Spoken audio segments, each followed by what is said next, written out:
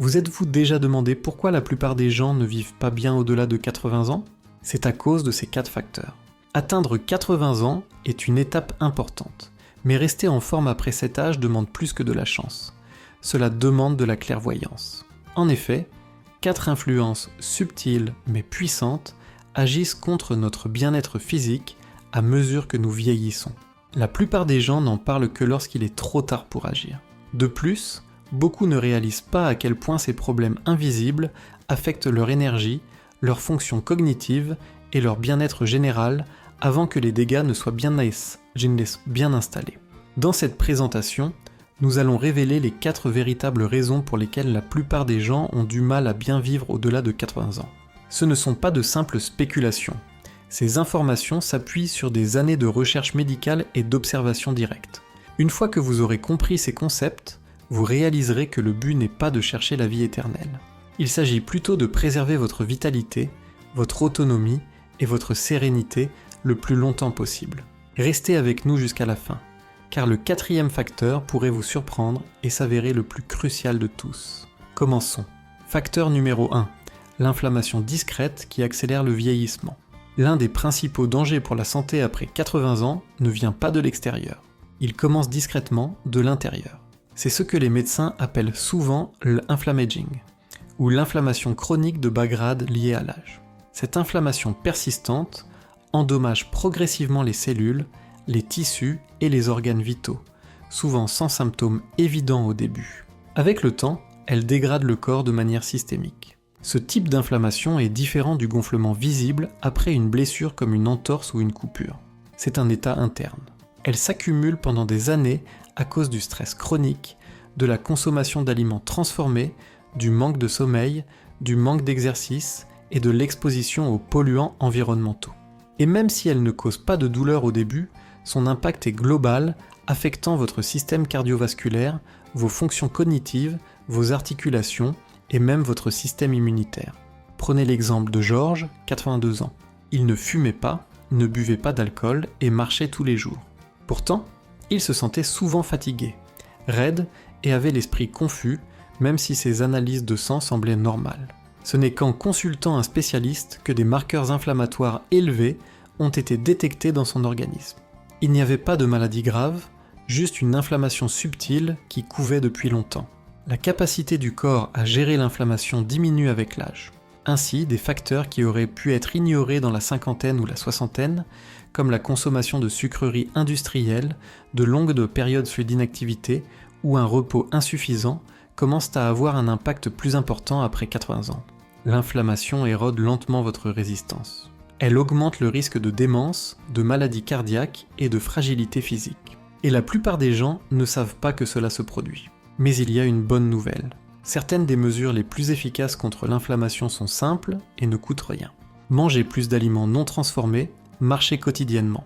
Rien de tout cela ne donne des résultats immédiats, mais chaque geste aide à réduire l'inflammation. Et avec moins d'inflammation, votre corps a de meilleures chances de rester solide bien après 80 ans. Facteur numéro 2, la perte musculaire, source de faiblesse et de chute. Après 60 ans, le corps commence naturellement à perdre de la masse musculaire chaque année, et après 80 ans, cette perte s'accélère. Cette perte progressive de force est connue sous le nom de sarcopénie. La plupart des gens ne s'en rendent pas compte tout de suite. Ça ne commence pas par de grands changements, plutôt par de petites difficultés.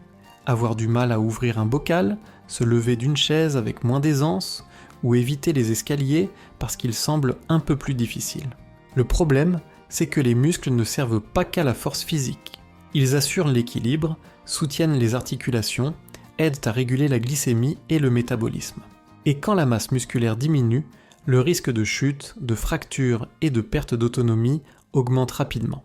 Prenez Franck, 84 ans, il avait l'esprit vif, une attitude positive et vivait toujours de manière autonome. Mais un après-midi, il a trébuché sur un tapis et s'est fracturé la hanche. Il s'était toujours considéré comme ayant le pied sûr, mais après l'incident, il a compris à quel point il avait perdu de la force ces dernières années, une force qu'il croyait à tort posséder encore. Le danger de la perte musculaire après 80 ans, c'est qu'elle frappe vite et fort. Une simple chute peut entraîner une longue période au lit. Et l'alitement prolongé entraîne encore plus de faiblesse. Ensuite, c'est le déambulateur, la perte de liberté, et une vie autrefois active qui se rétrécit. Mais la perte musculaire n'est pas une fatalité. On peut la ralentir et dans de nombreux cas, l'inverser. Marcher régulièrement aide. Utiliser des poids légers ou des bandes de résistance plusieurs fois par semaine, manger suffisamment de protéines et faire des étirements doux pour rester souple. Ces petits efforts s'additionnent, surtout s'ils sont réguliers. Le but n'est pas de devenir culturiste. C'est de garder l'équilibre, l'agilité et assez de force pour continuer à faire ce qui compte pour vous. Que ce soit jardiner, faire ses courses ou simplement sortir du lit en sécurité chaque jour, les muscles sont les gardiens silencieux de votre corps. Et après 80 ans, ils pourraient bien être ce qui vous permet de vivre non seulement plus longtemps, mais mieux. Si vous regardez toujours cette présentation et que vous trouvez ces informations utiles, merci d'écrire le chiffre 2 dans les commentaires ci-dessous pour nous le faire savoir. De plus, si vous n'êtes pas encore abonné, je vous encourage à le faire et à activer la cloche de notification pour ne manquer aucune de nos futures vidéos. Votre soutien nous aide à continuer de créer du contenu de qualité pour vous informer et vous inspirer. Continuons. Facteur numéro 3, le manque de sommeil qui affaiblit le corps et l'esprit. Nos habitudes de sommeil changent avec l'âge, et pas toujours pour le mieux.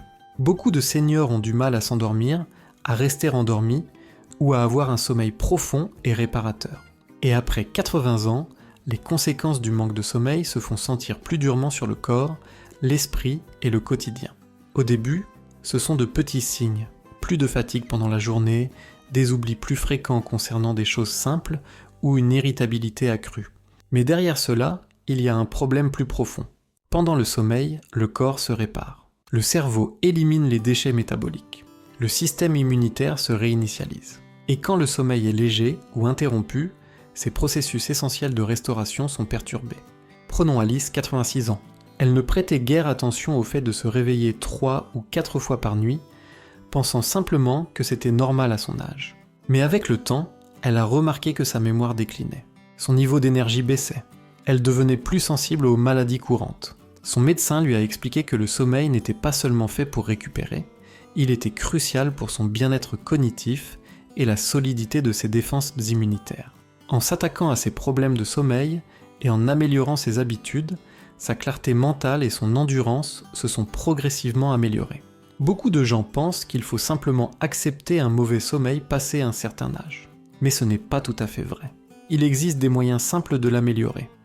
Garder des horaires de sommeil réguliers, limiter la caféine et l'alcool, s'exposer à la lumière du jour le matin et créer une chambre fraîche, sombre et calme. Même un peu d'exercice pendant la journée peut aider à mieux dormir la nuit. Après 80 ans, un sommeil de qualité est aussi important qu'une bonne alimentation ou une activité physique adaptée. Il affecte la clarté de votre esprit, la stabilité de votre démarche, la force de votre système immunitaire et l'énergie que vous avez pour profiter de la vie que vous avez bâtie. L'objectif n'est pas de dormir plus longtemps, mais de mieux dormir. Et en faire une priorité pourrait être l'une des choses les plus intelligentes que vous puissiez faire pour votre bien-être durable. Facteur numéro 4, la solitude et la perte de sens au quotidien. Il existe un danger insidieux qui touche plus de personnes de plus de 80 ans qu'on ne le pense. Ce n'est pas un virus ni une maladie, c'est la solitude. Et ces effets ne sont pas seulement émotionnels, ils sont aussi physiques. Des études montrent que l'isolement social et le manque de but quotidien peuvent raccourcir la vie plus que certaines maladies chroniques. Avec l'âge, le cercle social se rétrécit souvent. Des amis disparaissent, les enfants déménagent et les limites physiques rendent les sorties plus difficiles. Alors, lentement, sans le vouloir, beaucoup de seniors se retrouvent de plus en plus seuls, non seulement physiquement, mais aussi émotionnellement. Prenez Bill, 88 ans. Sa femme est décédée 5 ans plus tôt. Ses enfants adultes vivent dans d'autres régions. Il regarde la télévision, prépare ses repas et maintient sa maison en ordre. Mais il dit que des jours entiers passent parfois sans qu'il ne parle à personne. Et ce qui lui manque le plus, ce n'est pas l'absence de bruit ou d'agitation.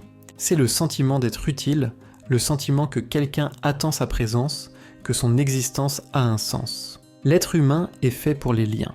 Et après 80 ans, quand les rôles sociaux diminuent, travail, soins de la famille, engagement communautaire, ce que beaucoup perdent, ce n'est pas seulement le contact social, mais aussi une partie d'eux-mêmes. Ce sentiment diffus de ne plus savoir pourquoi on se lève le matin peut devenir lourd. Et à terme, cela affecte le système immunitaire, l'équilibre chimique du cerveau et la motivation à rester actif. Pourtant, avoir un but ne signifie pas accomplir de grandes choses. Cela peut être s'occuper de plantes, écrire à des proches, passer un coup de fil quotidien, nourrir les oiseaux ou aider un voisin. Les plus petites actions peuvent apporter routine, sens et satisfaction. Et tendre la main, même si c'est un peu inconfortable au début, illumine souvent la journée de chacun. Être seul est différent de se sentir seul, et trouver la paix dans le silence est une force. Mais quand on se sent invisible ou inutile, le corps réagit. Alors, si vous avez plus de 80 ans, ou si vous connaissez quelqu'un de cet âge, posez cette simple question. Qu'est-ce qui vous donne un but aujourd'hui ? Et comment pouvez-vous protéger ce but comme s'il s'agissait d'un médicament ? Car, à bien des égards, c'en est un. Si vous êtes toujours avec nous et que ces réflexions vous sont utiles, merci d'indiquer le chiffre 4 en commentaire pour me le faire savoir. Et si vous n'êtes pas encore abonné, je vous invite à le faire et à activer la cloche pour ne rien manquer de nos prochaines publications. Votre soutien nous permet de continuer à créer du contenu de valeur pour vous informer et vous inspirer. Poursuivons. En conclusion, si vous nous avez suivis jusqu'ici, je vous invite à prendre un moment pour réfléchir, non pas avec peur, mais avec clarté. Vivre au-delà de 80 ans est un privilège. Mais la réalité, c'est que beaucoup n'y arrivent pas en pleine forme. Non pas par manque de volonté, mais souvent par méconnaissance des facteurs qui minent discrètement leur santé. L'inflammation, la sarcopénie, le manque de sommeil et l'isolement social s'installent petit à petit. Et quand on en mesure toute l'ampleur, les dégâts sont souvent déjà là. Mais savoir, c'est pouvoir.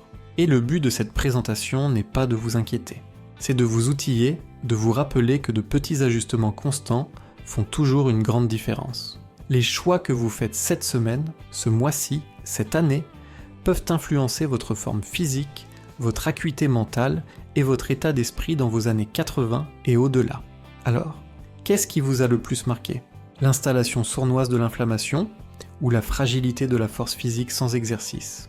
Peut-être la confirmation que le sommeil est plus qu'un simple repos et que les liens affectifs sont aussi importants qu'un médicament. Quoi que ce soit, ne laissez pas cela rester une simple information. Que ce soit un déclic, une décision de continuer à prendre soin de votre corps, de votre esprit et de votre boussole intérieure. Vieillir, ce n'est pas décliner, c'est se concentrer. C'est identifier ce qui compte le plus, le protéger et laisser tomber le superflu. Vous méritez de vivre cette étape de la vie avec sagesse et vitalité. N'acceptez rien de moins. Merci d'avoir été avec nous aujourd'hui. Nous aimerions beaucoup avoir votre avis. Laissez un commentaire ci-dessous pour partager une chose que vous avez apprise aujourd'hui et comment vous comptez l'appliquer dans votre vie. Vos retours sont précieux pour nous, alors n'hésitez pas. Lire vos commentaires nous motive et nous encourage énormément. Si cette présentation vous a plu et vous a été utile, merci de laisser un j'aime, de vous abonner et de la partager. Votre soutien nous aide à continuer de produire du contenu de qualité pour informer et inspirer. Merci de nous avoir regardés et à bientôt dans notre prochaine vidéo.